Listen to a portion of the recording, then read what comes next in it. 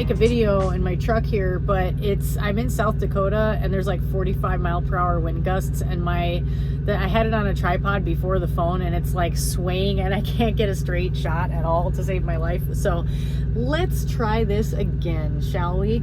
So I wanted to make a short video kind of geared toward new drivers, talking about 3 basic things that I think will help you when you're starting your trucking career. I think it's kind of funny that I've only been driving for a year, so what position am I in to give new drivers advice, right? And I imagine some of the much more experienced drivers who do watch my channel or who might happen upon it, seeing that and being like, okay, what are you gonna tell them, you know? Do you like, I'm not making fun of you if it sounded like I am. But I think being a newer driver myself, I come from a perspective that's different than somebody who's been doing it for a really long time. So I just wanted to offer 3 simple ideas and try to keep it as short and sweet as possible, which is not my forte because I like to talk. But here we go. Let me just jump right in. So 3 things that you really need to have in place or consider or think about when you're a new driver. So first of all, your health is number 1. I come from a background that is very health conscious. I was a personal trainer for a long time, so that's where my bias comes in. I kind of have an issue with the idea that trucking is supposed to be an unhealthy industry, or those of us who do this work are supposed to be unhealthy. There are a lot of reasons why that frankly is bullshit, and the reason why it is the way it is because of lack of regulation on the industry that makes it so that drivers tend to work way more than we should for way too little money, or many of us at least, especially those of us who are new, especially like company drivers, getting paid by the mile instead of getting paid by the hour. And then combine all of that with lack of access to healthy food, lack of ability to stop at places where we can get healthy food because it's just difficult to park a truck. And all of these things are part of a system that's in place that could be changed. So I think it's crappy, but it is the reality that we live in. So that means that as a driver, you have to do your best to be prepared. It's undeniable that you're going to be stuck in the seat of a truck for long hours. And I'm directing this video more toward over-the-road drivers, but other types of truck drivers, even local drivers, you might still be stuck in a seat for really long hours and have similar challenges because you're driving a vehicle that is inconvenient to park pretty much everywhere except for the customers that you go to. And at those customers, you don't have access to healthy food either. You have vending machines. So my basic point in all of this is that it's really important to be prepared when you go out on the road. And if you're already somebody who doesn't consider yourself a healthy eater, that's okay. Acknowledge that it's a process to adjust your habits and think about sustaining yourself on the road by improving your habits little by little. So even if that just means keeping more water in your truck with you than you normally would have thought to bring. I actually, in the truck that I'm in now, there's an APU that takes up so much, or a bunk heater that takes up so much space under the bunk. Before I was in this truck, I had all that under the bunk space because I was in a truck that didn't have a bunk heater. I would bring, for a week, I would bring something like 8 gallons of water with me, which sounds excessive, I know, but you use water sometimes for more than just drinking.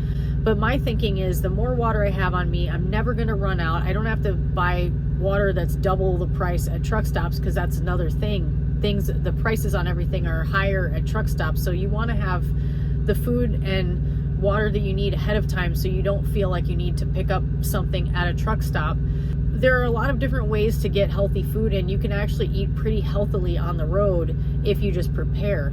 Another part of that is having a fridge and a microwave, and a lot of companies don't supply fridges in the trucks, which they absolutely should, since all of the food that gets moved in this country is moved by truck drivers, but I digress. And having a small microwave, I think mine was like $70. You need a microwave that doesn't draw as much power, so one of the smaller, lower power microwaves is better to have anyway. Those are things that enable you to eat a reasonably healthy diet. And I'm not saying you have to come out here and be a health freak in order to be healthy, but what I am suggesting is to try to prepare yourself with the things that you need in your truck.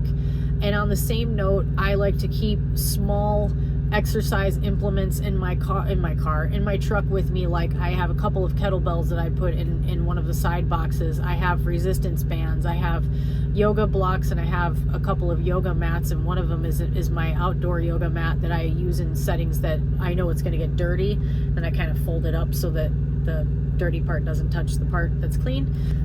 Even if you're not someone who is a really frequent exerciser, consider having a few things with you, because you're going to be surprised how you feel when you get stuck in the seat long enough, and you're going to want to stretch out. And when you have an opportunity to do that, it's really nice if you have something that you can put on the ground and lay on. You know, you might be able to stop at a rest area and lay down on a yoga mat and do some gentle stretches or something. And to some people hearing that, they might be like, might not picture themselves ever doing that, but imagine it. You never know. Suspend disbelief.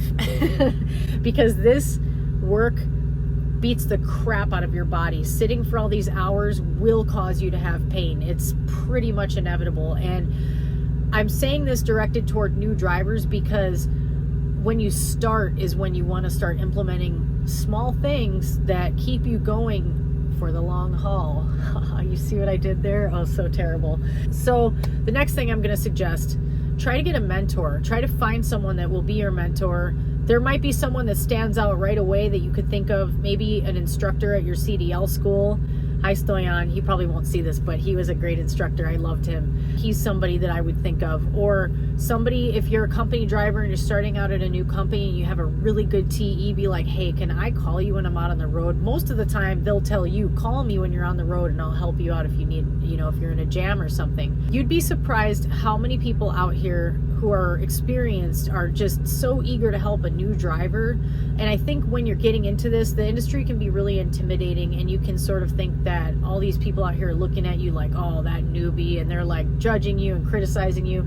Sure, there's some jerks who do that, but I like to think they're in the minority, because there actually are a lot of really nice, helpful people out here. There's cool yard drivers at a lot of places who will help you when you're like, when I was new, I had a hard time with everything. I always had a hard time with landing gear. I had a hard time connecting the airlines and stuff. And it was always just, it was that I didn't have the muscle memory for doing these little tasks. But once you learn it and you get used to it, it's nothing. But when you're new, it's intimidating. And other drivers know that. Experienced drivers know that, and they want to help you. So keep that in mind. And if you can find somebody who you can contact when you need help, that is gold. I am incredibly fortunate to have connected with the person who is my mentor. Hi, Dirk, my buddy Dirk, who I just love to pieces. He's somebody who has so much more knowledge and experience in work and in life than I do. He's really able to help me, and also because we have our personalities really mesh, that helps too, to have somebody that you naturally can communicate well with, that person is going to be patient with you, and you can work through challenging moments, because trucking can be incredibly stressful and trying. It will test you. It will test your limits in many ways. And when you have someone that understands what that's like, it's going to make a huge difference for you. So that to me is one of the most important things you can do. Find yourself a mentor. And that leads into my final point in this video. I'll probably make more videos sort of talking about things for new drivers, ideas for new drivers.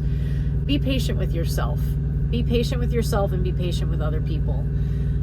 This job, like I just said, very stressful. It's a very high stress industry. We're all constantly under pressure time-wise. We're under the constraints of the DOT clock. Take some time to learn how to use that. I still feel like I'm learning it sometimes. You are in an environment with a lot of other drivers who are under the same kind of pressure that you are going through. And you are dealing with entities, customers, companies who don't care about you at all. And that's an unfortunate reality, but you are not, this is something I thought of making in a whole standalone video kind of based around this statement. You are not a person. You are a truck number. You are a power unit number. You are dollars and cents. You are a clock that's ticking. That's all you are. And it feels kind of gross to think about it like that, but that's the reality. So you have to find ways to be kind to yourself, nurture yourself while you're out here. Lean on the people who love you. And if you don't have any, do your best to, you got somebody, I hope hope you do.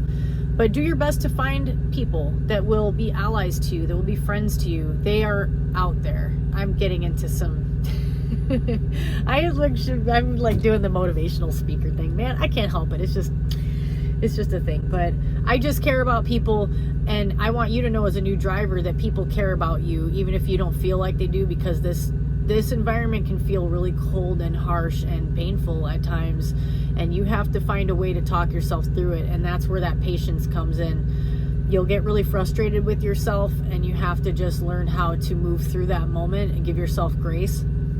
You'll get frustrated with other drivers, and what you have to know is that every person you encounter out here is going through it too, and they know you're going through it. And some people are gonna be crappy, and some people are not gonna have patience, but you have to just do your best to know that it's not about you. And I think that's a phrase I repeat to myself a lot. Whatever their deal is, it's not about me. The last company I was at, there was this thing in their company app. They had a really good app, and there was a feature in there that allowed you to leave reviews of customers and tips for other drivers, which was incredibly helpful, because there's so many times where it's like, oh, don't go to this entrance, or make sure you don't miss this entrance, or you're gonna have to back down an S-curve, or stuff like that. I can't tell you the number of drivers that left comments and they're like, these people are assholes, or like, you know, just really angry. Don't ever go to this place. You're gonna get stuck here for 8 hours, and all these things. And what you need to know is that you might have an unpleasant experience somewhere, but it doesn't mean that it's always bad. And the way that you approach it and the way that you approach the people at a place can make a big difference. So if you come at them if they're like gruff with you and they're short with you and they don't even make eye contact, like some of these places, some of the customers you deal with, the people working there can be really lame. And you have to do your best to realize that it has nothing to do with you. Maybe this person hates their job. They're not making very much money. They're sitting in this office. They have truckers coming at them all day with attitude, stuff like that. And you just have to realize, like, it's not about me. And I still sometimes try to kill people with kindness.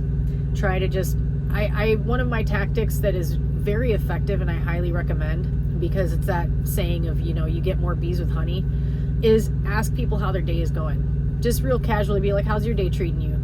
And a lot of times that simple question phrased just like that, how's your day treating you, will give them an opportunity to vent, and then it'll disarm them. It's like they seem like they're being a jerk towards you, and then all of a sudden you ask them that and they're like, oh, this happened, and then they tell you what they're frustrated about.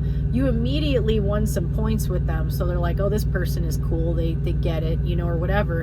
And they might actually make your day easier because you just showed them some humanity.